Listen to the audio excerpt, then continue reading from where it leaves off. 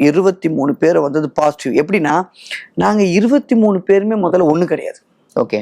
ஏன்னா last time எலெக்ஷனில் பார்த்தீங்கன்னா நான் என் நண்பர் 2 பேரும் சேர்ந்து, நான் என் நண்பர் அப்புறம் இன்னொரு சார் இருக்கார், நாங்கள் 3 பேர் சேர்ந்து இண்டிவிஜுவலாக ஒரு அணி ஃபார்ம் பண்ணி நாங்கள் எலெக்ஷனில் நின்றோம். அதாவது இன்னைக்கு நம்ம டீமில் இருக்க துணைத் தலைவர் ஆதித்யா, செயலாளராக இருக்க நான் நவீந்தர், மாற்று அணியில் செயலாளராக ஒருத்தர் நின்றார் இந்த எலெக்ஷனுக்கு அசோக் சார்னு சொல்லிட்டு, நாங்கள் 3 பேருமே சேர்ந்து புது உதயம் அப்படின்னு ஒரு டீம் ஃபார்ம் பண்ணி நாங்கள் ஒரு எலெக்ஷனில் நின்றோம்.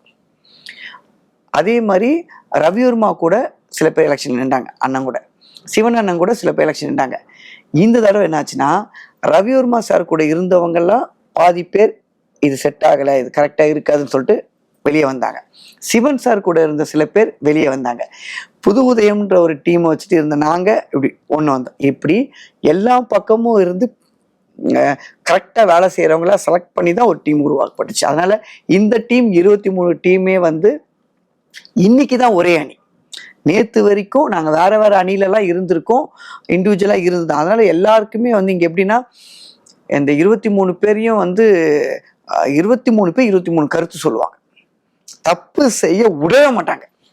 அதனால வந்து நீங்க வெளியேந்து வந்து எங்களை கேள்வி கேட்கணும்னு அவசியமே இல்லை. இந்த டீமுக்குள்ளேயே இருக்காங்க எங்களை கேள்வி கேட்கறதுக்கு.